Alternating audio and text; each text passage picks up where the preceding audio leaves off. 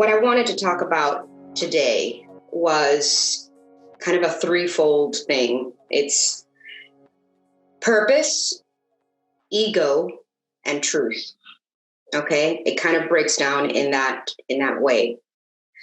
Because last week I spoke about the difference between spirit and soul. A lot of people don't know that distinction or that difference, but I thought I wanted to dive a little further into the soul. Because as I mentioned last week, the spirit is actually the quantum field. It's actually the large consciousness that we're all a part of, which we can consider ourselves to be engaged with, like on a grand scale. Spirit, God, the universal energy force, and the quantum field is spirit, correct? That's why when we talk about, let's say, spiritual beings or beings that are not in physical form, we talk about spirit, right?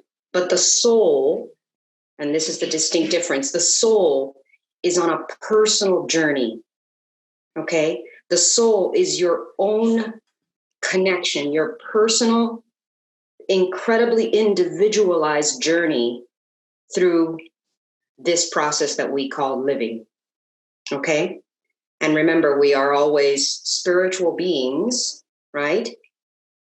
Trying to be a physical human and doing the best we can at it, which is already a difficult thing to do. You know, we are incredibly courageous souls because we decided to come into this very dense three-dimensional plane that doesn't really suit our soul, okay? That's why some people, when they've left their body and had near-death experiences and come back to their body, feel literally as if they have been put back into something that they do not fit in.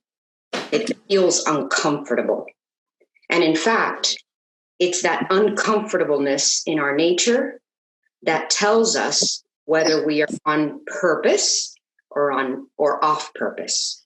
Okay? That's our compass. Those are our emotions, you know?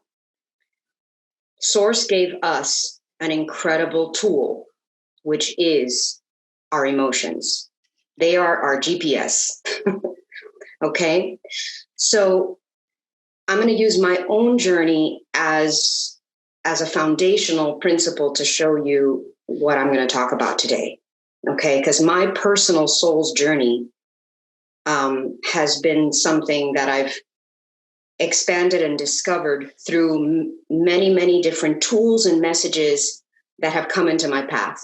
And I'm not special in that sense. We all have that ability and those messages that are coming in every day, all the time, because spiritual beings and ascended masters and people that are in another realm that we cannot see are assisting us on this journey all the time. And they're trying to get that message through. But this density that we live in, and the reason I mentioned the ego, okay, Dr. Wayne Dyer used to say that the best acronym for the ego is edging God out. Okay, edging God out. Remember that. When you are in your ego state, when you are in pure physicality, three-dimensional, this space and time, our regular world around us, we are, to a certain degree, edging God out. And what we want to do is connect with our soul first. Once we do that, then we're able to be better in this world because we're being authentic and true. Okay? I hope that makes sense to you to some degree. Okay? So I wanted to read a quote really quickly by someone who came to this planet and probably made one of the most significant contributions to the way we live today. Your time is limited, so don't waste it living someone else's life. Don't be trapped by dogma, which is living with the results of other people's thinking. Don't let the noise of others' opinions drown out your own inner voice. And most important, have the courage to follow your heart and intuition. They somehow already know what you truly want to become. Everything else is secondary. The person that said that was Steve Jobs. Believe it or not. Talk about contributing to our journey today. I'm watching you guys on this incredible device called the iPad. And what he says in this quote really, really resonated with me because, sorry, Meech, you got to mute yourself. We've all been trained from. Sorry, my dog just fell. Little baby. So the first part of what he says is your time is limited. Okay. So the first time that I experienced that my time was limited was actually when I was a child. When I was a little girl, maybe up until the age of 7, 8, 9, 10, and 11, in that span of my life, I was naturally clairvoyant, naturally clairaudient. I remember seeing people that were not there and telling my mom. I remember getting deep into prayer and meditation just naturally. And I would lift off and go up into the ceiling. And I would be like, oh, what the heck am I doing up here? You know, it was very, very natural for me to have this experience. I didn't think anything of it. And, you know, luckily my parents were very, very, into the metaphysical world. So to them, it was pretty normal too. They were like, oh, look how cool that is. You know, Michi can attest to that phenomenon. So for me, that part of my journey was incredible. I had really, really lucid dreams.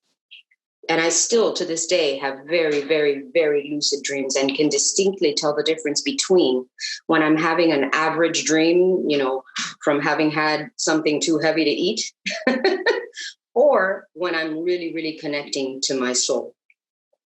And some of those dreams were very, very prophetic for my life. One of them was that I knew I always was going to have 2 children. I knew that I was going to have a boy first and then a girl second. I knew that.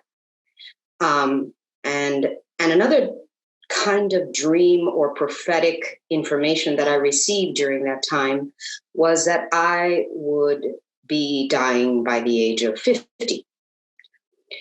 So I didn't get scared per se about it. I wasn't afraid, but it was just like information. It was like, well, this is what's going to happen. And I just took it in and kind of, you know, went on my journey. But the truth is that inside of my soul, inside of my head, or let me call it the ego side of me, all right, the thought process side of me, saw that as what Steve Jobs says, your time is limited. That's how I interpreted that information. My time was limited. So I went on an all-out speed rush journey to live my life as quickly as I possibly could. And I'm telling you, I went on a fast speed train. Okay. I tried to do everything at the same time. I went to high school and college. I got married and had children. I started my business. I did everything in this super hyper active, fast-paced mode because I felt like my time was limited.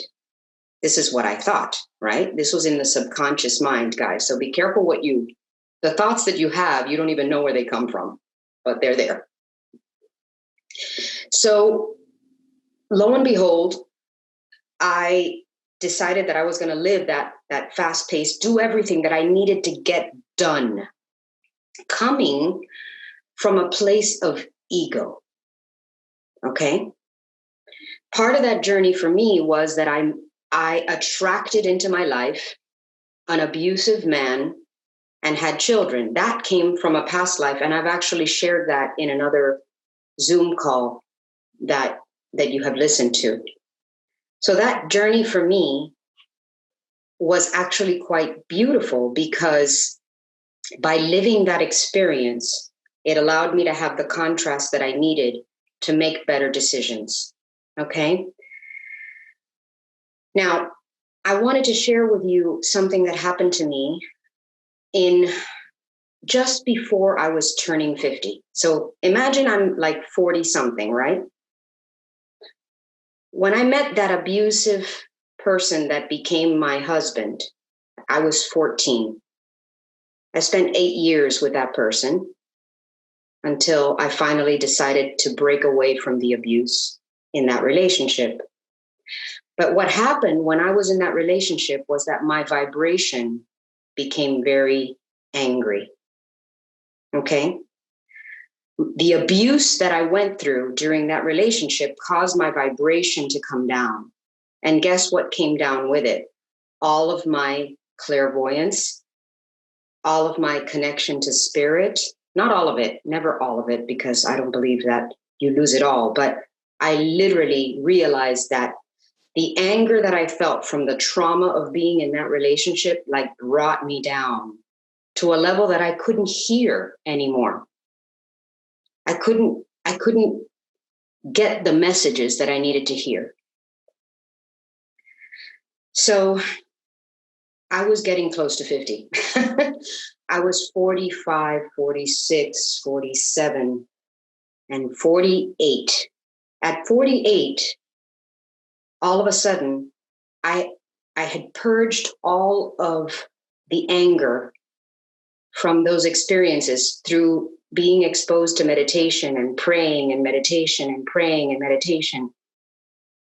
I got to a point where my vibration raised enough that I was able to start listening to the messages again.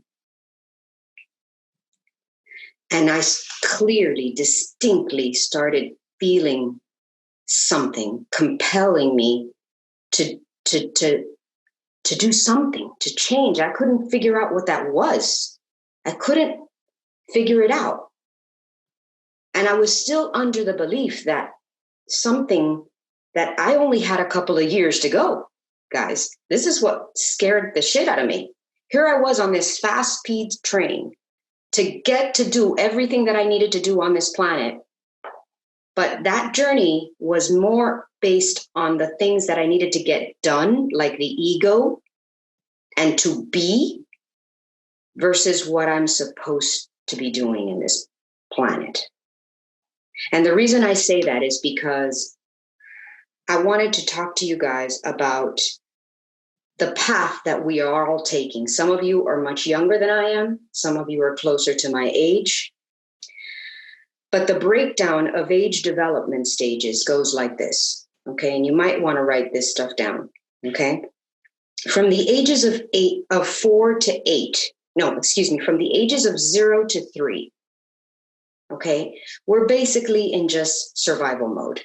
You know, look at this beautiful baby. So these babies that you have in your arms, Christina, and all of you that still have young children, you want to observe that from the ages of 0 to 3, they're just in survival mode. Basically, they're incredibly connected to source, by the way. They are closer to their past soulful process than they are to this human conditioning that we're giving them, okay? But they're still in just survival. They're just adapting to their physical forms on this planet. You get me? From the age of 9 to 13, begins social interaction, right? This is when we are becoming either an introvert or an extrovert. We're learning the kind of personality that we are taking on in this life. Bea, what about from 4 to 8? Excuse me. Yes. From 4 to 8, sorry. From 4 to 8 is when we're obtaining a personality. Okay. This is, we're forming our groups. Okay. We're obtaining a personality. From the ages of 9 to 13 is when we begin social interaction. Sorry. Okay. Then from the ages of 14 to 17 is when we start developing groups such as fitting in. Where do we fit in this world? That's why at 14 through 17, those teenage years are so formative. They're so formative, and they can either be a very positive experience for us or they can be a very negative experience for us. Okay. I personally, at 14, remember I just said that, at 14 is when I rebelled from my blissful, clairvoyant, loving family and dived completely into an opposite state of dysfunction. That was my personal experience. And I created a group for myself that was completely alien to my soul's journey. Okay. But I later realized that it was incredibly purposeful. It made me who I am. Then from the ages of 18 to 24, this is when we are seeking our identity. We are seeking our identity. Oh, sorry, you wanted to hear. From 9 to 13 is social interaction. This is when we are discovering whether we are introverts or extroverts. Okay? And by the way, let me just take a pause. If you're an introvert or you're an extrovert, the way that you charge your batteries is different. That's all it is. Okay? The extrovert charges their batteries with others, with people, in groups. The introvert charges their batteries by being alone. So, for example, if you are an introvert and your partner is an extrovert, you have to respect each other's battery charging. Okay? And if you learn that, really, you'll be able to interact with those two energies very easily. And also with your children, by the way. Remember that if your children are more of an extrovert or an introvert, if you respect the way that they get their batteries charged, you'll be able to communicate with them a lot more. Okay? All right. So then, where was I? Age 18 to 24, we're seeking identity. So basically, this is when we are trying to find our profession. What are we going to be doing with our life, right? The actual ego side of doing, okay? Not the soul journey, the ego side of the journey. We're finding our way, and this is when we start deciding what kind of career we're going to have. From the ages of 25 through 32, we are seeking foundation. We're seeking love. We're seeking family. We're seeking a mission. Okay? And I want you guys, before I finish, I want to go back to mission, and I'm going to give you a way to create your own personal mission statement, because this is an incredible part of purposeful living. Okay? At age 33 to 40, we're at reevaluation of our lives. This is when we call that the midlife crisis, right? When people all of a sudden decide, oh my God, I married the wrong person. What the hell am I doing here? Right? That's when most divorces occur. This is the midlife crisis stage. This is when we make changes in our career because we say, oh my God, I don't think I did the right thing. This is not fulfilling me. I'm not in the right path. I don't get this. Why did I make these choices? And we start questioning all of this stuff that is in our lives. Then between the ages of 41 and 50 is when we seek meaning. Seek meaning, stability, and that's when we start questioning God and our spirituality. from ages 50 and up, we go back, believe it or not, to survival. We're worried about our health, our finances, and we're questioning our past decisions. Now, the reason that I'm bringing up this age development stages is because what I realized when I was about to get to the age of 50, and when my prophetic dream was coming back to me hard, was that I was finally reaching a point where I had enough history. In other words, 5 decades in, I could actually look back, because remember in last class, I said that history is just looking backward, right? So we each have our own history. Each of us has a certain amount of time that has created a foundational imprint on our ego and our soul. Okay? And that foundational imprint is our history.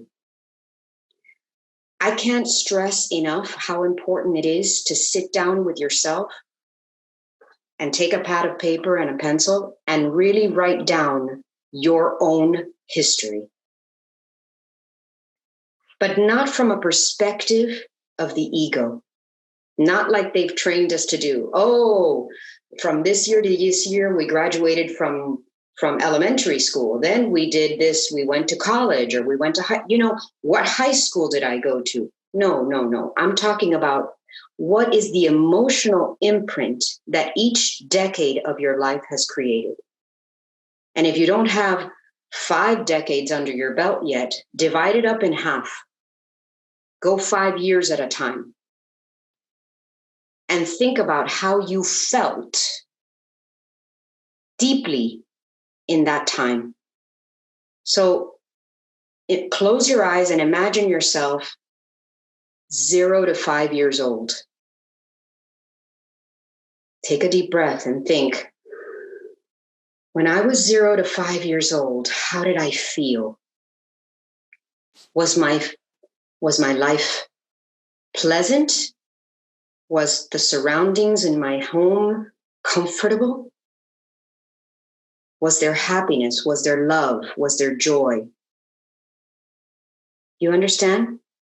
And the reason I'm asking you to do this is because you want to create a foundational history. It's almost like taking a diagnostic test, okay? You want to see how you felt in each period of your life. Because the energy that you had in that period, while you analyze these points of social development, imprinted in you the pain bodies or the positive feelings that you have, that you express and behave through today. Do you get me? Okay. So let's say from the age, for me personally, right? From 14, which was it 14 to 17, that imprint in my life was a freaking emotional roller coaster ride of extreme love and extreme dysfunction. And it wasn't even created by my own family. It was created by myself. I decided to go with this guy, have this boyfriend that turned into my husband, that took me on a roller coaster of trauma. That was my choice. And it left me with an emotional imprint, a pain body in myself that had a lot of anger. And I had to purge it. Okay? So I want you to use this exercise to analyze where you have been. Because where you have been creates the patterns of where you're going. But you can change them. And that's the beautiful thing. Because for me, that pain body created an imprint that I decided to change. It got to the point that I said, no more. I am blessed. In fact, today I told you, and last week I said, bless the pain that you feel because it's making you understand what you don't want and creating new desires in you to move forward in a new way. So what happened to me about finding my purpose as I got to the age of 50, and this is what I realized, is that if you do not get on your soul's journey by the time you're 50, instead of going upward in your strategic life, you're going downward. Okay? By the time, it's almost like we're taking this little journey like this, we're going up the mountain, right? And then when we're 50, right here, we have a choice. We can keep going up, or we can start the decline. And literally our soul knows this, by the way. Our souls know this. That's why so many people after the age of 50 start declining in their physical body, in their desire for living, right? Those people that you see that are thriving at the age of 70 and 80, it's because they have found and been cool with their purpose. You get me? Their soul's journey, not the ego journey, not the amount of things that they've purchased in their life, not the cars that they drive, not the career that they have. If they have connected to their soul's journey and been felt on purpose, they are in an upward climb. If you are not discovering your true purpose, by that time, you start the decline. And this is not something to be afraid of. This is just something to be conscious of. So I want you to write down these words, okay? These are titles and priorities of your soul's, of possible soul journeys, okay? Leader, communicator, observer, instigator, warrior, teacher, nurturer, manipulator, self-sacrificers, recruiter, changer. Okay? I want you to take a... I'm sorry, repeat that all over again. I'm so sorry. You went kind of fast. Okay, here we go. Leader, communicator, observer, instigator, warrior, teacher, nurturer, manipulator, self-sacrificer, recruiter, changer. Do you guys have it? Okay. So this list are... I'm sorry, can you repeat it, please? Okay. So sorry. Okay. All right, one more time. Leader, communicator. This is actually a really good exercise because you got to look at the underlying energy of each of these to be able to see who you are within them. Observer, instigator, nurturer, manipulator, warrior, recruiter, self-sacrificer, teacher, changer. Okay, so this list helped me to discover my true purpose. Now, it happened in a very strange way. The person that helped me with this information was actually an angel channeler, okay? And when I read this list, I happened to be in a group of people. We were in a group of 25 people. And in that room, we were asked to look at this list and decide which one felt right to us. Okay? And it's funny because I circled leader, I circled warrior, I circled communicator, and I circled changer, right? Thinking, wow, I think that resonates with me. And I invite you to do the same for yourself. Circle what you think you might be, even if you're not 100% sure, okay? Because you got to dive into this emotionally, okay?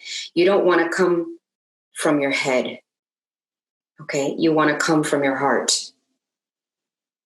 So if this list is for you to keep, and you don't have to decide immediately, I want you to really take some time to feel your way through the list, not think your way through the list, and try to come from your own personal place, not from what's been told to you by your parents, by your partners, by your whatever. You are on your own personal soul's journey, okay? And the underlying energy on this journey says something.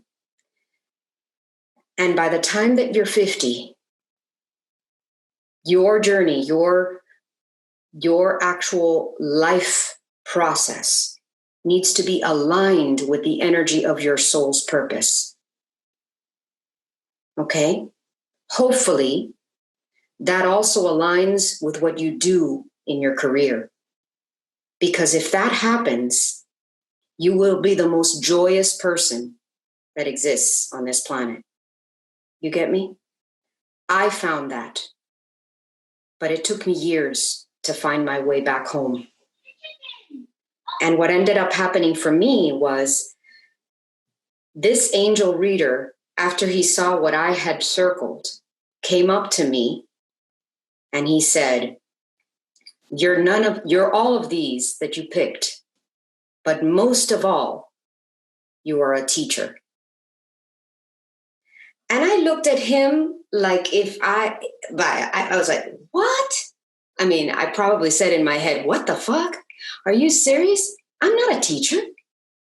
I'm not a teacher. I'm anything but a teacher. I've never desired to be a teacher. And he said to me, and he looked at me straight in the eyes and he said, you are a teacher.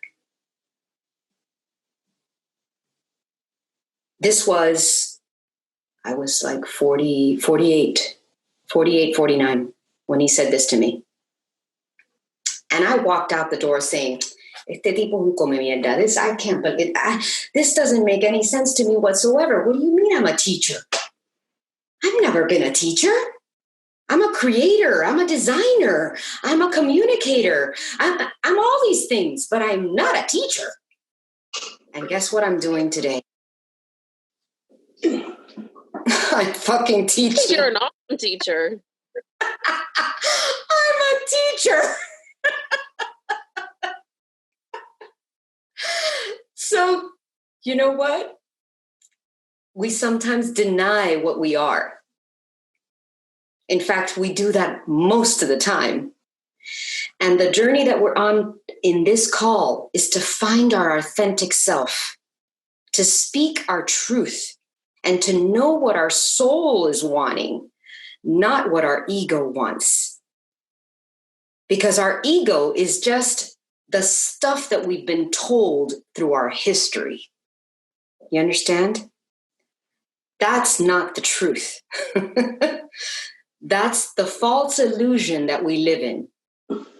The truth is what your soul is saying. And let me tell you something.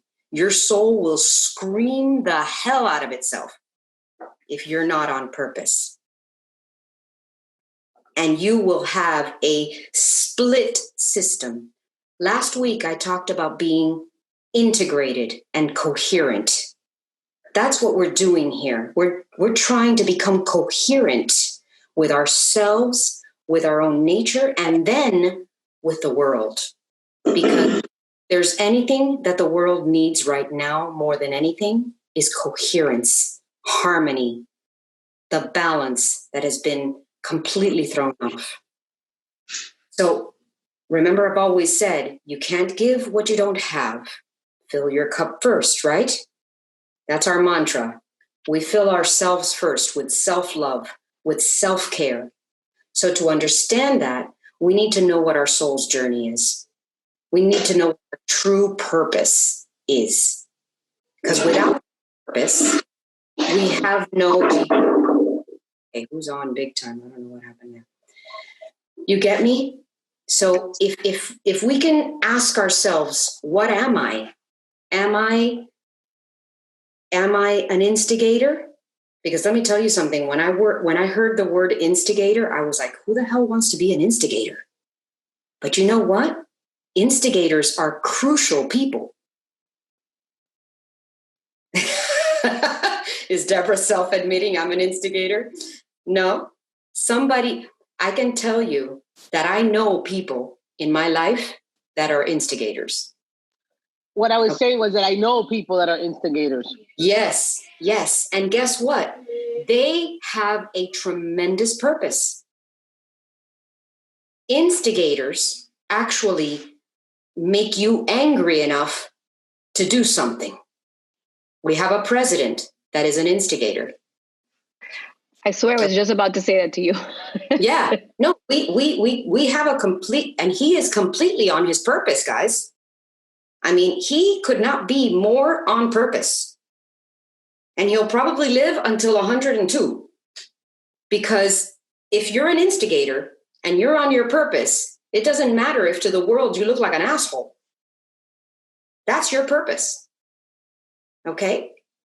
My mother-in-law, who I love dearly and probably am one of the only people that understand her, is 96 years old. And that woman is an instigator. Okay? She eats total crap. I mean, it's the only woman I know that still eats Twinkies. Okay? Twinkies. Her diet consists of Coke, Twinkies, croquetas, pastelitos, and she's 96. Okay? And guess what? She's an instigator. And she loves being an instigator. Therefore, she is on purpose. So you see what I'm saying here, guys? It doesn't matter what you are. The key is that you need to know what you are and be that. Because if you're trying to be something else, you're not on your purpose. And you will decline. And you will get sick and tired of this life and say, you know what? Your soul will say, you know what? Yeah, let's get out of here, man. We're done. We're done. You're never going to make it. You're not going to finish the race. You don't have enough juice. You get that? So we have, like Steve Jobs says, a limited amount of time on this planet. So why waste it being off purpose?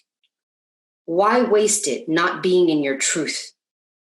Why waste it not contributing and serving in your whole self, connected to soul first? So I want you guys to use these tools to find your way home.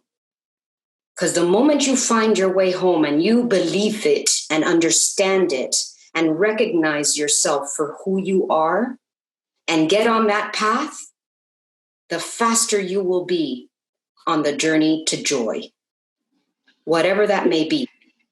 And it has nothing to do with the conditioned careers that everybody wants you to be.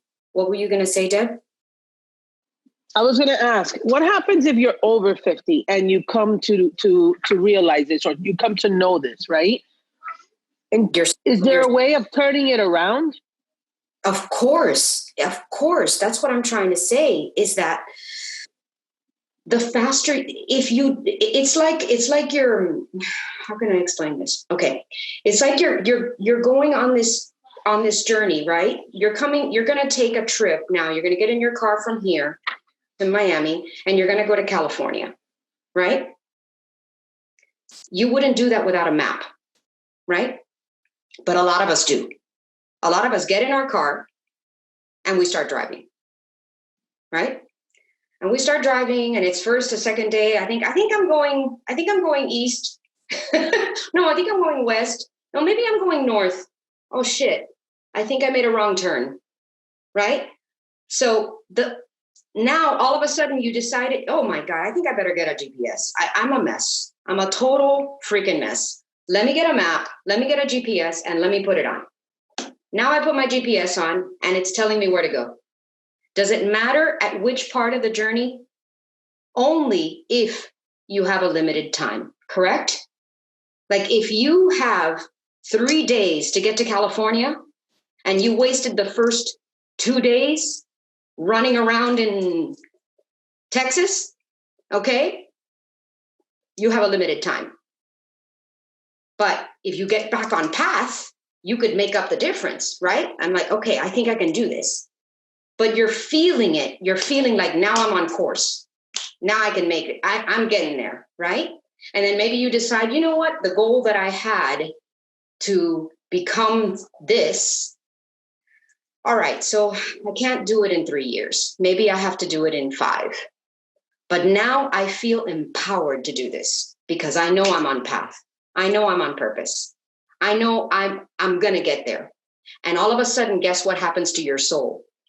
Your soul is your biggest cheerleader. Your soul is saying, yes, thank God, she found a way. And the angels and the universe and all the masters are going to conspire to make whatever you need happen. All of a sudden, crap is going to start showing up and you're going to be like, wow, how did that happen? Look at that client that I just got. I can't believe that this is, look at that. Oh my God, I received this check. I didn't even know I was going to get this check. You know what I'm saying? Because your soul is going to say yes. Remember I told you that the universe only has one word? The universe only says yes. So if you figured it out right now, that's great. The younger you are, the better, because the more time you will have to do beautiful things on this planet. Do you think that Steve Jobs was done? Do you think he was done when he left? Well, obviously, he must have been. But can you imagine if we would have had Steve Jobs for another 10 years? Right? What an amazing contribution of a human being. And yet, something in him was off spiritually, right? On his soul level, something was off because he wouldn't have died. He had a lot of anger in him. I haven't seen the movie about him, or read his book, but I can tell you that from what I've heard, he realized too late that there was a lot of stuff that he had to purge. And basically it was that even though he was completely on his purpose from a career perspective, his life and love was a mess. You understand? And that's out of balance. You cannot be out of balance with yourself. So when you are out of balance, when you're in fear and not in love, you cause an incoherence in your body because it's all connected. Right? So things that when I discovered that I needed to be this teacher, even though I still was in denial, by the way, at 48, 49, I'm in denial. I'm saying to myself, I don't know how the fuck I'm going to be a teacher. I can't be a teacher. I'm not a teacher, And then all of a sudden I get inspired to write this book that teaches a process, right? I go to a business retreat and the business retreat turns into my mission statement. My mission statement is exactly the title of my book. I create sacred spaces so that people can live inspired lives. So I want you to write down the foundation for your mission statement. Because your personal mission statement has to be aligned with your soul's journey. So it says, I help, do, create. You can fill in that blank. I said, I create sacred spaces, right? But you can say, I help blank, do blank, so that blank. You understand? That's yours. For me, it was, I create sacred spaces so that people can live inspired lives. That was my fill in the blanks. And that's what became the title of my book. Now, guess what? 7 years later, guys, 7 years later, I now must rewrite my mission. That's what I'm doing today. Because I realized that it's not just about, for me, interior design. It's much more than that. And also your mission changes through life. You know, you might have had a certain mission at a stage of your life, and that Exactly. That's the key. It doesn't stay stagnant. On the contrary, we're in a constant state of expansion. We are not meant to stay in one place. Stagnant waters die. We must expand. That's what we're supposed to do. So you have to trust your soul because it always knows your truth. Okay? We want to be fully in our lives without compromising the integrity of our soul. Do you get what that means? That means that you cannot betray yourself. The last thing you want to do is betray yourself. You have to be fully integrated with your soul's journey, whatever that is. And then our purpose is to find the courage in our souls to be our truth, to be the truth. Bea, I want to point out how important that is, because a lot of times it's so much easier to coast through life than to actually take responsibility for your life. And the fact that your life, God made you for a purpose. You are here to do something. So do it. Don't just coast, you know? I know, but sometimes, and I'm thank you for sharing that, Lourdes, because I find that to be 100% true. And sometimes I have been in the past, in my history, guys, like I've explained, in my history, I was a fully driven, you call me whatever you want, workaholic, extreme, like do everything. Like if there was extreme sports for careers, that was me. Okay. That's me. For you, it was life. For me, it was life. Yes. It was life. Like, did it all at the same time because, but you know what?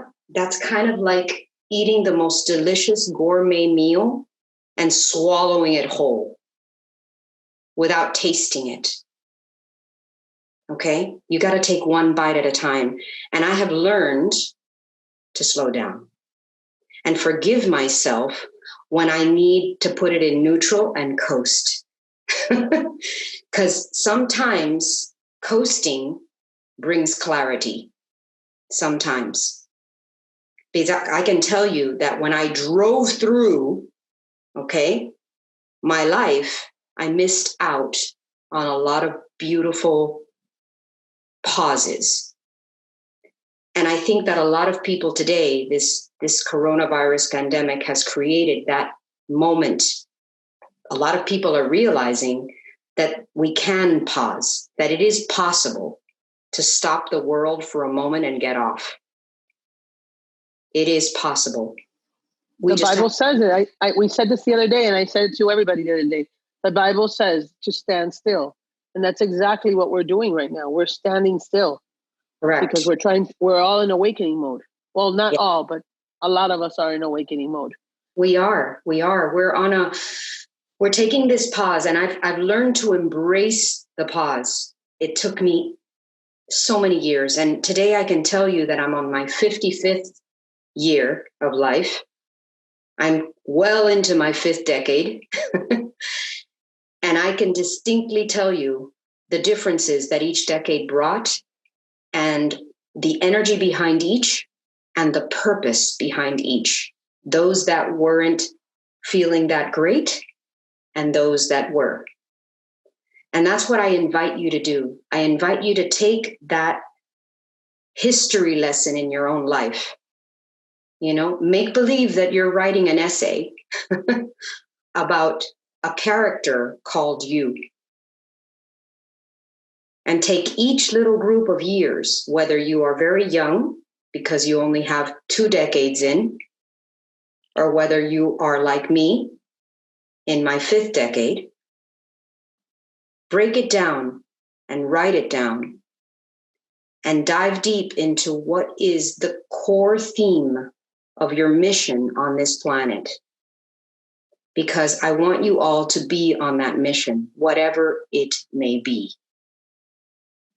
Whatever it may be. There is no wrong or right in that mission. It just is. In fact, it's always right if it's real. Okay? If it's fake, if it's not your truth, that's when it feels wrong. You get that? That's when it feels wrong. And that's when you get into all sorts of trouble. You get sick. You don't feel well. Your chakras are completely out of balance. Okay? It's when you find that authentic soul's truth and you live it and you go into the future with that connected. That's when you do your best work. And that's when the angels sing, because that's what they want from us. We are co-creators in this process. We do not create by ourselves. But the goal is to create from a place of love and not from a place of fear. So your purpose is not to the work of your ego, okay? But the work of your soul. That's plain and simple. And my journey, thank goodness, has gotten very, very aligned. In fact, every day more and more, I am aligned, further aligned. And ironically, I am the teacher. I have fully accepted the fact that I am a teacher. I am not in denial. I am ready to be on that mission. And I happen to do it through my work, but I'm also now doing it with you this way.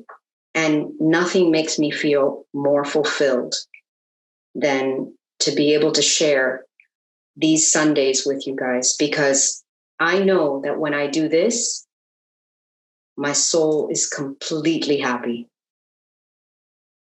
As happy as when I create a beautiful home for someone. And that is a unique experience. And guess what? I've made it 5 years beyond the point that I thought that I would die. And the minute that I reached 50 and I realized, oh my God, I'm still here. What's next? All of a sudden, I stopped being that fast-paced, workaholic, crazy-driven woman that I was. When I realized that I'm on a new lease. I have a brand new lease. And I've realized that that's actually the biggest blessing, because I realized it was like a near-death experience, really, when you think about it, because I truly believed that I wouldn't be here. And I think that that's what happens to a lot of people when they have a scary disease, you know, when something happens that threatens their life, and they realize that they have a limited time. We have a limited time here, guys, no matter what. What do you want to do with it? How do you want to spend it? And I guarantee you that as you look back through your history in those increments, the memories that resonate the most are going to be the ones that were the most emotionally charged with love. Because at the end of the day, that's really the only thing we can take with us. That's the only baggage that crosses over. No other baggage does. Okay? Nothing else crosses over. Even no matter how many tombs the Egyptians built and fit with stuff, nothing went over. Okay? So we want to start from the end in mind. What do we want the end to be? What does our tombstone say on it? When we get that clear, we work backwards to this point.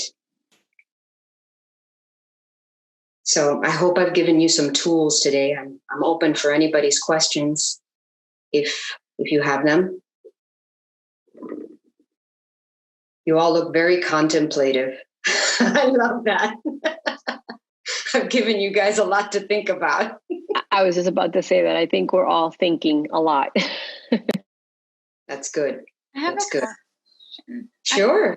Okay, so I'm not sure if you already mentioned it, but I'm really interested in this, the list that you gave us on discovering your true purpose, that with the angel Mm-hmm. your experience. So how can we use this list to find our true purpose?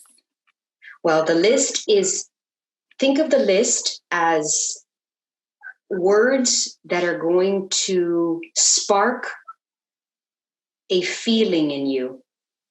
Okay? When you read each word, I want you to take a pause and say, do I feel like that person? Because on that list, if you notice, there's a word called observer, right? Being an observer in this life is perfectly okay. You don't have to be a doer per se to be on purpose. That's why I mentioned the word instigator, because a lot of people think that instigator is a negative term, right? You would think that a person that's an instigator is a negative person, and they can be. There's been a lot of instigators that have changed the world in our history. I can mention a few, like Hitler, Fidel Castro. Martin Luther King. Yeah, yes, Martin Luther King. They are instigators, and they could be considered negative if you want to choose to look at it that way, just like you can choose to look at the coronavirus as a negative if you wish. I don't. I think of this virus as a positive because of all of the things that it has done to change our lives and to help us to take this pause and analyze how to go forward and to change the systems that are no longer working, right? So when you read this list, read it from a perspective of how do I feel about that word? What one? I'm curious, which one stands out at you? I feel like self-sacrificer and communicator. I don't know. I'm like, because I'm really, I don't know, like now I'm starting to care more about what I think and what I want for me personally. I'm starting to be really, not really, but I'm starting to become more selfish when it comes to being me, because I've always been like a selfless person. Like, I would care more about everyone else, like pleasing everyone else, starting with family and then, with friends and just everyone. So I think self-sacrificer. Interesting. That's interesting that you say that, because a lot of us do that. We do self-sacrifice a great deal. It's part of the conditioning that comes with being a woman. You know, we've been trained very, very well to do that. I think you can't help it being a parent. You self-sacrifice a lot. Yes, you do. But I think that, remember, I charge you with this word. Instead of saying selfish, I want you to say self-full. Whenever you think about the word selfish, I'm being selfish, because we say that inside of ourselves. We may not say that out loud, but we do. We say, I'm being so selfish. No. I'm being self-full. I'm being self-full. And that's okay. And you're just starting to discover how old are you? I'm 21. Okay. So you are in that stage that you are just beginning to figure things out. You don't have a lot of history under your belt yet, but believe me, remember to do that exercise of breaking it down and look at how you're already shifting gears. You're already discovering, I'm a people pleaser, but that may not be who I truly am. I think I'm more of a leader and a communicator. At least that's what I see. I see you as a leader and a communicator. And I think that the self-sacrificing part of you is just the conditioning that you've been given. That you think you're supposed to be that way. But you're going to find your truth. You're going to find who you really are. She's an amazing leader. I feel like you're totally reading me. One of the things that I am is an emotional intuitive. So I feel you and I'm able to give you back the information that I see. And I see you as a leader. And I do see you as a communicator. The thing is, you're just so young. Yeah. And you don't feel confident yet. But you will. And just the fact that you're on this call today tells me how spot on you are in finding your way. She giggles when she gets nervous, when she's communicating and trying to lead. She goes, you see that little laugh that she has right there? I'm muting myself. Well, don't be afraid. Mira, don't do this. Because we need to hear your voice. If I could add something, Bea. Yes. I found my purpose in my astrology chart. A lot of people don't realize that your sun sign is not only, it's only like 8% of who you really are. You have to look deeper, find who that I found to be my blueprint in life. And I believe it's everybody's blueprint. The day and time that you are born brings this energy along with you, which is your purpose. 100%. So I do recommend looking into your natal chart. I really found a lot of information there, and it gave a lot of definition to things I didn't even know needed defining. Exactly. I think you're absolutely right, Tatiana.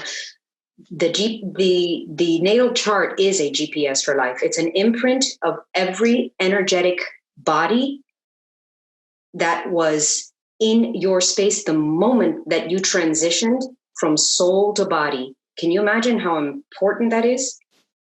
How important the energy behind that exact moment is. And we as women are that portal. Exactly. Talk about a miracle. If there is ever been a miracle, is the moment of birth. Okay? The moment in which we leave the womb and we take our first breath. You know, somebody just said this, but that was an amazing thought. Women are portals from the spiritual world into the human world. Yes.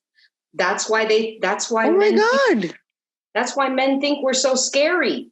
Because we have powers that they could not even begin to have. And that's why they shut us down. That's why they created this illusion that we are, that we could be bad or witches. And that's unfortunately why religion pushed the woman away, because only we can bring life. Only we can bring life, you know, and we are the nurturing spirit. We are the mothers of this planet. So definitely we're portals, and it's scary to be portals. I mean, there's so much mysticism and false information that was created as propaganda throughout the last 1500 years, in which matriarchal society disappeared and patriarchal society appeared. And we are conditioned by that. We're conditioned to not speak our truth. Okay? Because our truth comes naturally, by the way, naturally comes from where it needs to come, which is our heart. Men, by their own gender, by their DNA, it comes from the head. Okay? They think things through. We feel things through. You get that? But that doesn't mean that one is bad and not and good. We've had this conversation in other calls, the balance between the masculine and the feminine. We each have the masculine and feminine within us, and it's in that balance that we find our way. But I do feel 100%, Tatiana, that the astrological chart is it's a GPS. It's a blueprint of your life. And I've had my natal chart done. I've had it analyzed many times, and I gave that to both of my children. That's how strongly I feel about it. And I can tell you that it is not what, mumbo jumbo, horoscopy thing in the Cosmopolitan magazine. No. That is completely, the thing is that it also has had a very bad rap. Propaganda saying that that's meaningless. It's not meaningless. Our ancestors and the ancient civilizations studied the stars in order to understand and better predict what was going to happen. So it is, if not, why would they be there? If our planet, if you can analyze it, our planet has incredible force and energy. Imagine all of the rest of the spheres, what they're doing energetically. Imagine the moon, which influences the tides. Our bodies are 70 to 80% water. Mm-hmm. It influences our body. Imagine the rest of the heavenly bodies and the planets. They all influence us. And there's a reason that the women carry the menstrual cycle. Exactly. We are connected, whether we like it or not, to these physical bodies. And the moon is definitely one of them. I don't know. Florinda and I have a constant talk about how's the moon? Oh my goodness. No wonder. It's a week before the full moon. I can feel it. Okay. Because it's all connected, guys. It's all incredibly connected. So yes, I agree. Get your astrological chart done if you can by someone that's really, capable of reading it well, because it is like a GPS. I am going to school for it. Come back to me in a year. Yes. Tatiana's studying that. She's actually finding her way, and I've told her that is definitely her calling. She's in the medical field right now. I mean, but really what she is a healer. You are a healer. Yeah. Okay. And it's funny that those words that I gave you guys also should include things like healer. Okay. There's other words that are part of, I'm actually going to send out after this call what I love to call, I use those few words from the angel reading that I got that helped me to find out that I was a teacher. But there's many, many archetypes that we can resonate with. And I haven't gotten into that because it's quite a lengthy list. It's better if I send it out to you and maybe we discuss it next Sunday. But it's a huge list of archetypes. I love the work by Carolyn Nice that she did Sacred Contracts. Okay. And she studied archetypes as the energetic basis for our purposes and how it's connected. She's a medical intuitive. So she's the kind of person that'll look at your body and she sees if something is complete. Leave it. Okay. Leave it as. Who was the angel reader? It was Martin Crespo. I was about to say that because I've had the same experience with him. Yeah, Martin. That was, but more than anything, all of these years since I started actually coming back to myself, I told the story of what I was when I was a child. It took me literally, guys, 40 years to come back to myself. I'm helping all of you find it earlier. My goal and what I want to give back as a gift is to anyone that can find their path, the earlier the better, and to stay on it and to not be afraid to speak that truth, because that's the mission. The mission is to be authentically in yourself, to make authenticity one of your core values, and to be truthful to yourself and to be self-full, okay, with self-love. And that's the only way that you can go out into the world and give it away, okay? That's the theme. So anything that I can do from these years that I have studied and dove deep myself that I can share, that's what I try to do. So you all look very, very like, whew. I can feel your energy is like, whoa. I got a lot to think about today. I can see it in your faces. It's so, some days you're all like, no, but today, Bea, so tell me about having your natal charts read. So I've had mine read a couple times, but they don't give you like a report or anything you can reference. Are they supposed to? Well, it depends. It depends on the person. I mean, there is written work that is generated from computers based, but it's the interpreter that really, really allows you to understand what's there. Because I mean, honestly, it can look like hieroglyphics. Okay. Lord, if you ever do it again, you need to record it, because if you record it, like I recorded I've had it done, and I believe exactly what you're saying, Tatiana. When you go back and start listening, because it's a lot of information at the same time, and you're like freaking out. You're like, okay, wait. This is about my life. This is about my love. This is about my health. But if you record it, then you can go back and take your time and stop and listen. What does he mean by that? Oh, okay, I get this. So if you ever do it again, just record it on your phone, on one of those voice memo things. That's what I do with all my readings. I'm gonna share something with you, ladies. I had mine done I think it was about 15 years ago. My mother actually took me back then. I didn't believe in any of that, right? And I was really strongly going to church, and I was very focused on not believing in anything astrological, because the church and what the church says, and that you shouldn't be believing in astrology and all that, right? But my mother took me anyways and had me do it. And the gentleman who did it for me was he's a famous person here in Miami, in the local Miami area. His name is Mauricio Puerta. He recorded it, and he gave me a written chart. But the written chart that he gave me, he drew it for me, because I'm a person I'm very visual, and I need to see things. So he drew it for me on a paper, and he gave me the recording. So if you have that ability, to hook up with someone like that, make sure that they, like Michi said, make sure that you either record it or have them record it, and have them write it out for you. Because from time to time, I go back to mine and I look at it.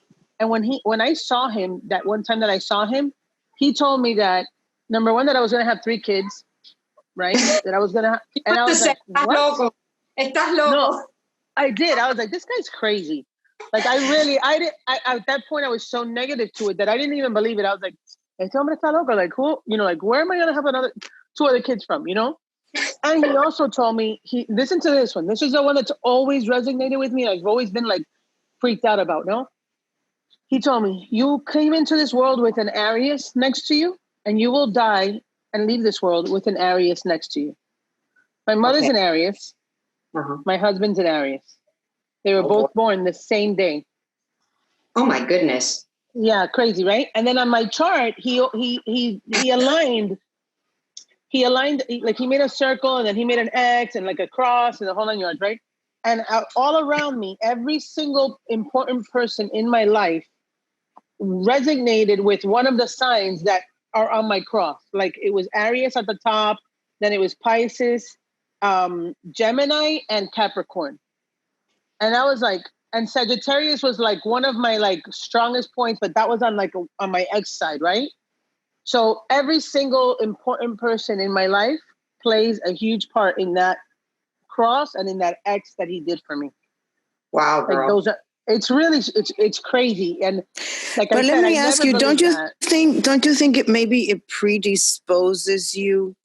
Like, for example, you know how what you believe is what you manifest? So maybe you have an interpretation from someone, and that interpretation, since you believe it, kind of predisposes you to manifest it. So that kind of scares me a little bit.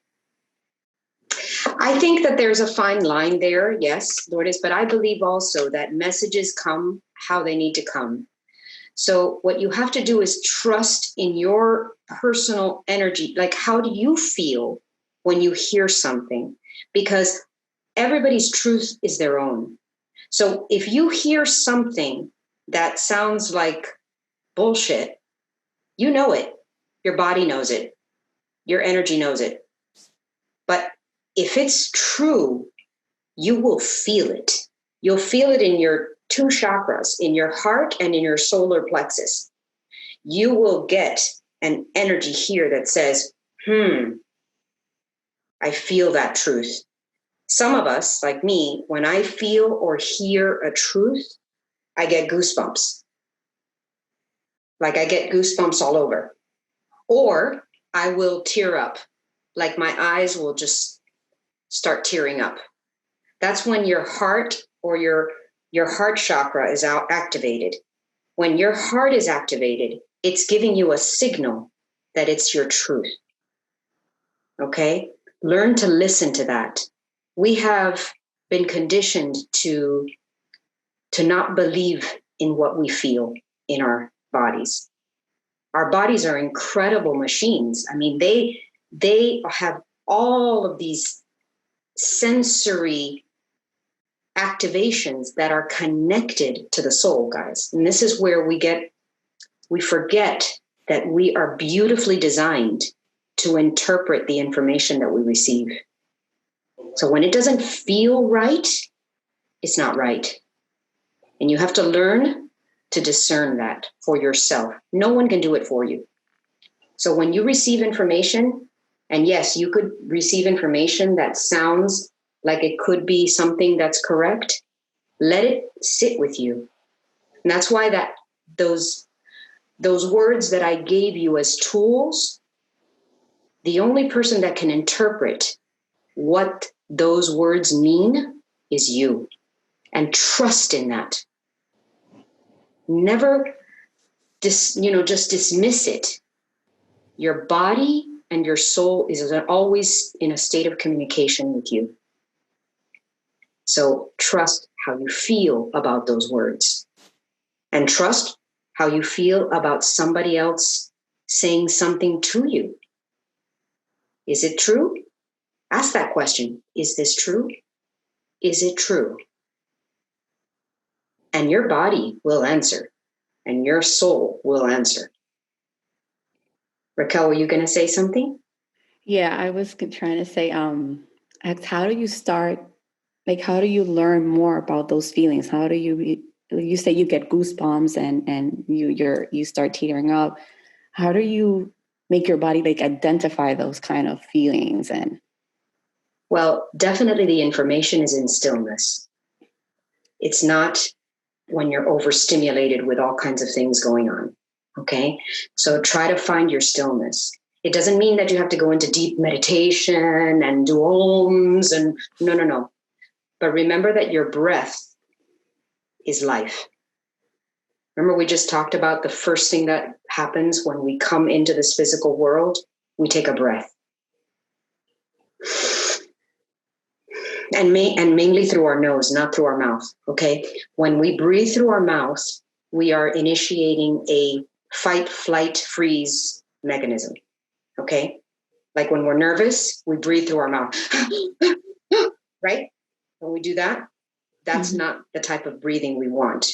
We want to breathe through the nose, in and out through the nostrils deeply, filling up our diaphragm, which is where those two energies lie, the heart and the solar plexus right here. Okay. So, and you can actually do this so you can learn. Put your right hand on the top part of your belly, put your left hand on your heart, okay, and breathe. 3 deep breaths. And you'll see how immediately your entire nervous system calms down. And then you're able to ask a question and feel it in your body. Okay? That's the best tool that I can give you. Of course, the more you meditate and the more you do find a still point, the more you're going to be capable of reading those signals inside of your body. Okay? Okay. I think too, Raquel, when you look at each word, at least this is what I felt when I wrote them down. It's like when you look at that word, does it create like your heart beats a little faster and you're like resonating with it and going, yes, I am a leader. I am a communicator, not an instigator. You know, you feel it here in your heart to tell you what it is that you think that you are. That's the way I felt it when I looked at those words. So we should practice those words in a moment of like you said, Bea, like a moment of stillness, a moment of like in a room, quiet, like just something you're doing on your own. It doesn't take a long time. You know, we think that these processes take no, actually, I'm going to share something with you guys that I feel is incredibly important too, especially the young ones, because you guys are so fresh and open and ready to learn. Try to get yourself into a morning routine. Okay? Try to find a morning routine that works for you. I can't emphasize that enough, because what happens is our morning routines, if we do not cherish them and create one that makes us feel good and sets our day in a blessed way, we're going to run through that day. I promise you that day will not feel the same. It's for true. Me, I have a morning. Yeah, you have learned that, Florinda, greatly. She has a morning routine that is incredibly strong for her. I would recommend, Raquel, that you try to find 5 minutes in the morning to do something that's peaceful, to connect with yourself, to bless the day. It may be that you love having a cup of coffee. That's perfectly great. You know what I'm saying? But relish in the taste of the coffee. Mm-hmm. Like just say, bless the coffee. Say, wow, this is so good. Right? Look at the sky. You know, whatever it may be. For some of us, it might be exercising. For some of us, it might be meditating. For some of us, it might be prayer. For some of us, it just might be sitting in bed for 2 more minutes before we jump and put our feet on the floor. Whatever that is, find yourself a morning routine that allows you to connect with your soul. It's true. That I think for me, big time throughout the years, Bea. Because I was in my 20s. Well, I like to sleep in, always. You know, every single day what I tell myself, no. Today, I'm calling in sick. There is no way that I can get out of bed. There is no way that I can do this. And this has been me my whole entire life. And I never missed a day. Never. From a girl that has never missed a day. One time. And I'm always on time. Actually early. But this is how I wake up. I like to sleep in. And for me, every single morning was a struggle. And I wanted to sleep in until the very last minute that then I knew I was going to be late. So then I was like, once I was up, I was running. Okay. And that did not serve me well at all. I would get, and then on top of that, you add the Miami traffic to it. I would really get to work already like 9 o'clock where everybody's supposed to be fresh and cool. I was already stressed. And I say that I started even before the pandemic. I started creating my own routine with the meditation, prayer meditation. And then I started trying to add, but it was more like, okay, today I have more time for meditation. Maybe today I'll do yoga. I'll do self-practice. One of the two, I couldn't do both necessarily all the time every morning. But then the pandemic hit, and then I really imposed myself to do it, because no matter what people say, this time is about, if you're lucky enough not to lose someone dearly because of the pandemic, then you really owe yourself to learn something from it. And for me, was definitely one of the many things, was really definitely being able to create that morning routine. I know, my mom tells me, she's like, Florinda, you're another person now. In the morning, I used to call her and I used to get upset with her every single morning. And now she's like, wow, I don't remember last time we actually argued about something. And it's because mommy, maybe I'm not in traffic right now, and I meditated and I did self-practice, those do really help a lot. No, the morning routine is, I think, one of the most important habits that you can create for yourself. Yeah. Promise yourself that you're going to do for 21 days, you're going to have a morning routine, whatever that is. If it's 5 minutes, it's 5 minutes. If it's 10 minutes, it's 10 minutes, whatever it is, Yeah, we're not talking a long time. Yeah. No, it doesn't matter. It doesn't take a long time. And breath work is incredibly grounding. Okay. Breath work is very, very important too. Whenever I'm needing to really fully integrate with myself, I stop and I breathe. Because I used to have trouble breathing. I used to find myself holding my breath.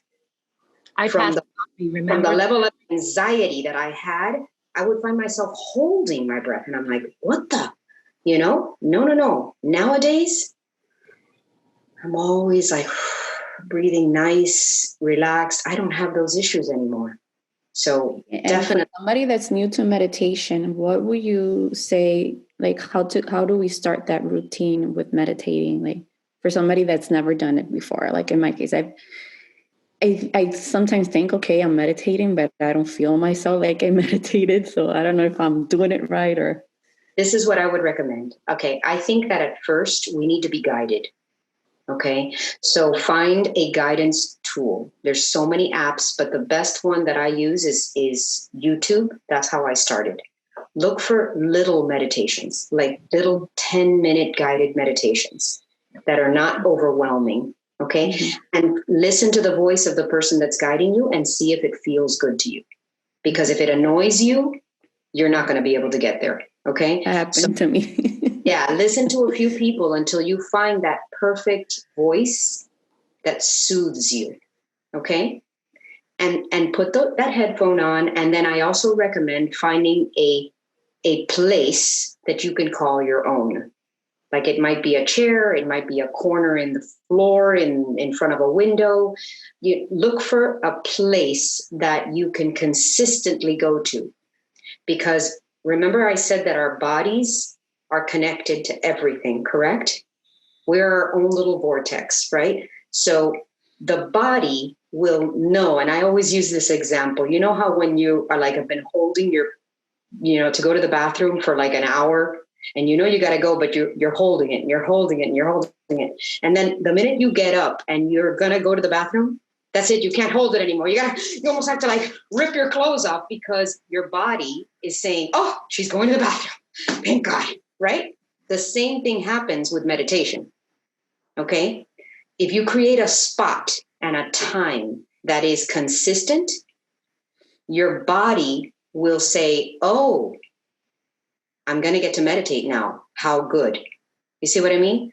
Mm-hmm. If you're consistent with that, like for me, I meditate anywhere, but where I get the deepest is in my meditation chair with my meditation ottoman, and I'm sitting there. And the moment that I sit down, my body knows I'm going in. Okay?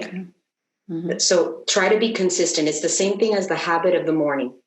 Because if you create a morning habit, that's the best thing you can do for your own self-love and self-care.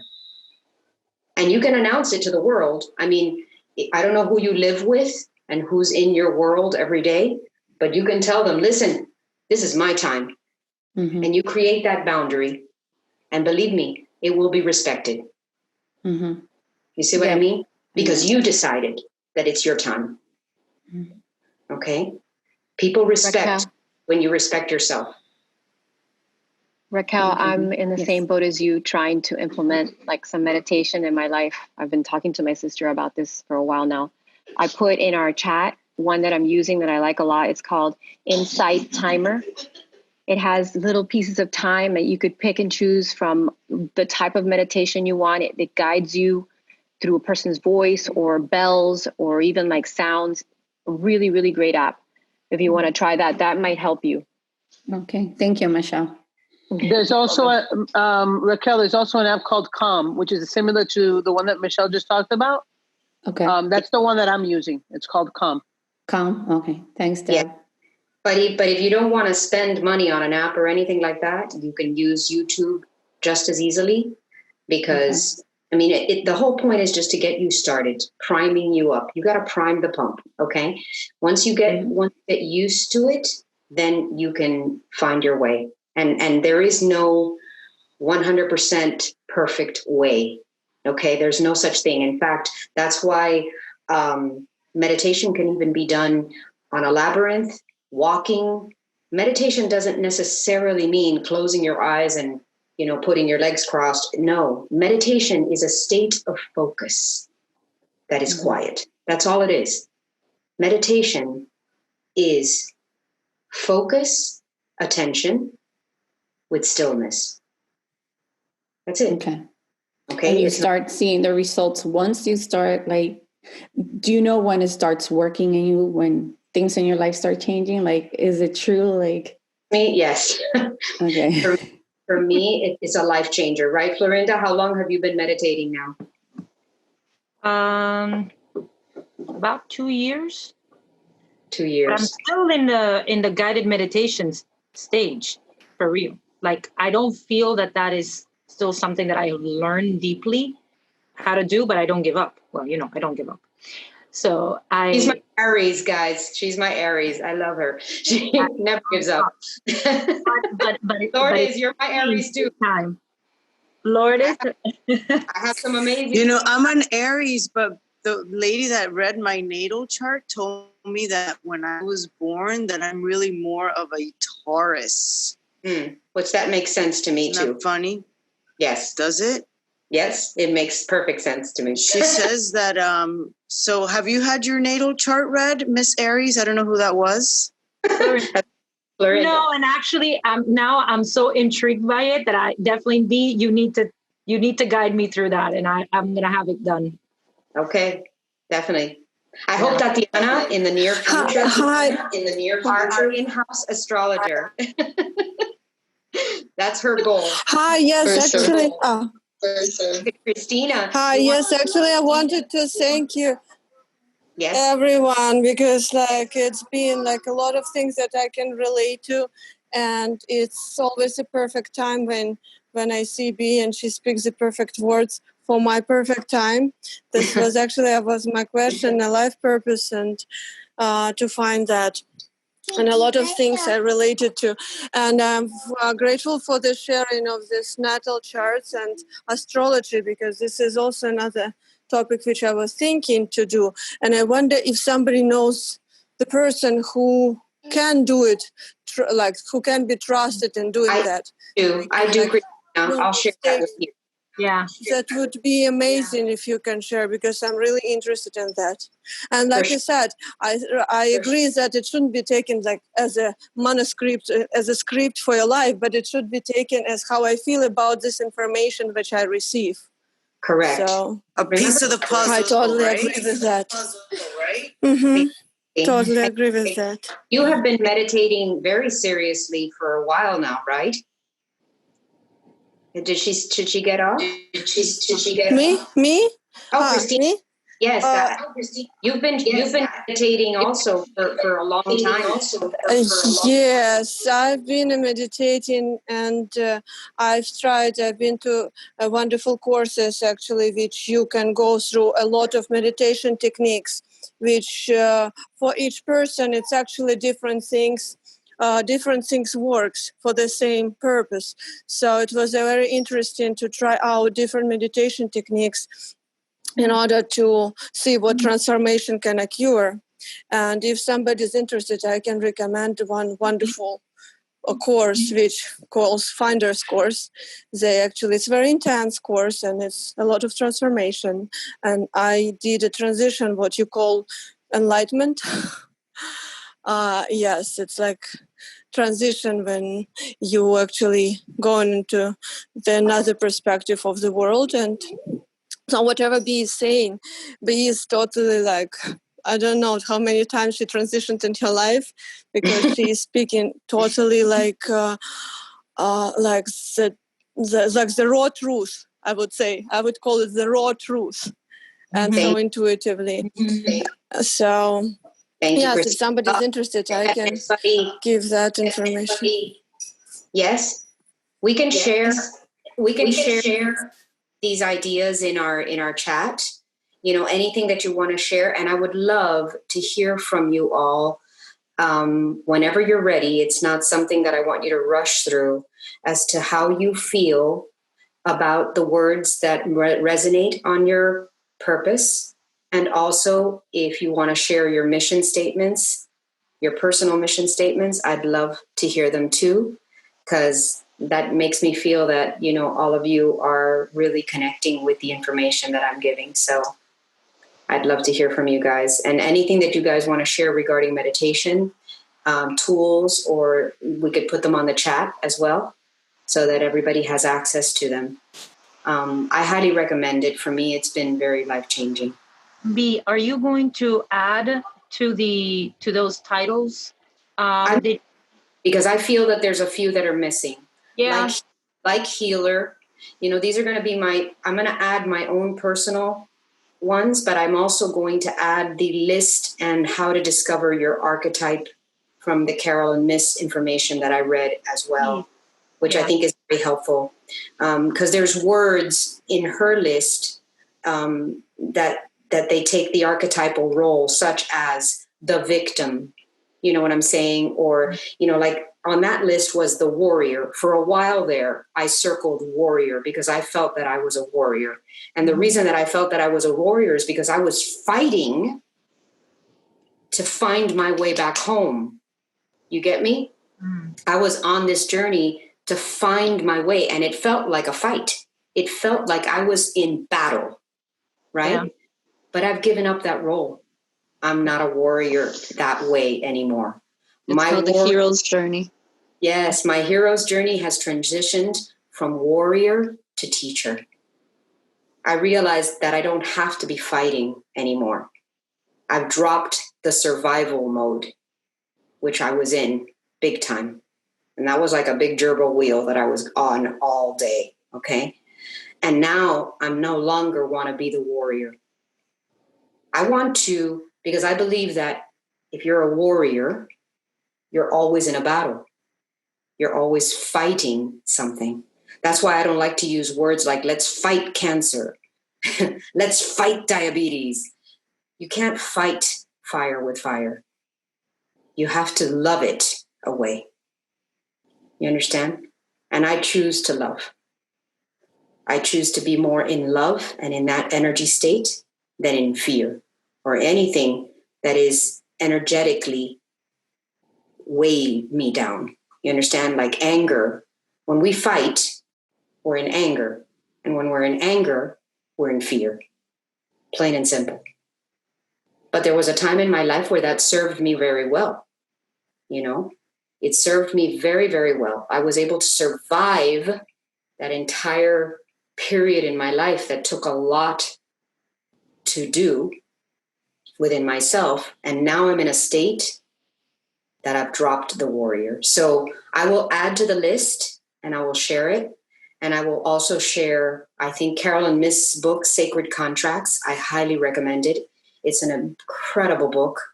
She is a brilliant woman. And honestly, if you want, you can listen to her on YouTube. She's been doing every single day talks on YouTube. And she's an amazing, amazing woman.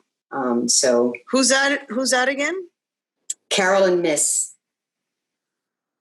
Carolyn Miss. And MISS? MYSS. MYSS. I find her work to be incredibly brilliant. She's an amazing woman. So if you have any other questions, I'm here. And if not, we'll call it a day. Yes, Deb? I don't have a question. What I do want to share with everybody is just to be mindful that the chat that we created is only for information purposes, so that if anybody wants to share anything with me, go ahead and do it through there, but send her a private message to her directly, only because I don't want anybody jumping off that call. I don't want anybody jumping off that chat. I wanted to keep it like we had promised from the beginning, just an informational purpose chat. Okay.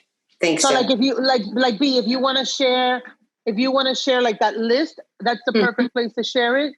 But if anybody wants to share like recommendations also, but like getting into conversation and stuff like that, I don't want to do that, because I would like to keep it as an information chat so that everybody feels comfortable staying there. I find it annoying to have constant. Yeah, right. I agree. Ding, ding. Yeah, that little. I wanted to share something. Yes. So you were speaking earlier. You were speaking about the way you feel when something is true to you. You were saying that you might feel goosebumps. You were saying that you might cry. And something that, as you're speaking, as you guys are talking, I'm still looking at the list, and I'm still looking at those two words. Like, I see the whole list, but my eyes just go for those two words, right? Sacrifice. Yes. And I'm like reflecting on, remembering what you said about me. And those are the words that I'm looking to. And as you were saying it, I felt goosebumps. Like me, I'm a Cancer. I'm a very emotional person. Now I get it. Like my eyes are getting, a little bit watery. I'm an really emotional person. So yeah, I just wanted to share that. It's like, and I totally agree. Like when I feel something that is, when I strongly believe in something, or like something is really true, I tend to get a lot, like really emotional, and I guess goosebumps. And like you said that, and then I felt that, and then I'm like, okay, that's all. So now you know you're fine. You see, and you as a Cancer, because you're a Cancer, to Cancers, their family life is everything. Like their home, their family, they will self-sacrifice for their family big time. That is a classic Cancer move. Classic. I mean, that's their thing. If their family life is out of control, or they were going to step in and sacrifice themselves to create the harmony, because they will not permit that to happen. I mean, the worst thing you can do to a Cancer is take away their family. But I think a lot of us would do that. Sure, but for Cancer specifically, that's just their energy. That's just what they are, natural nurturers. Cancers are natural nurturers. Cancers will sacrifice love for their family. Yeah, absolutely. They will sacrifice self-love and love to others for their family. Correct. So will other signs. I have news for you. No. Well, mind you, this is why I say this. It's not all about your sun sign. The sun sign is only 8% of your personality. There's other influences in your chart. You can still have Cancer energy within yourself and have energies of other signs. Correct. Don't just stick to your sun sign. For sure. Should we add astrology to the laws of life that you gave us?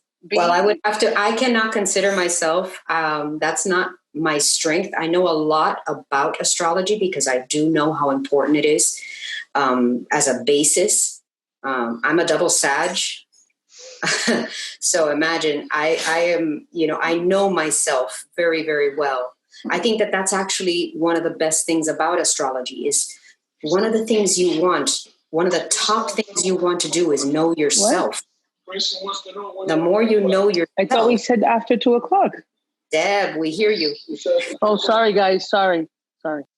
The more you know yourself, the more capable you are of going out into the world and being authentic and true and understanding.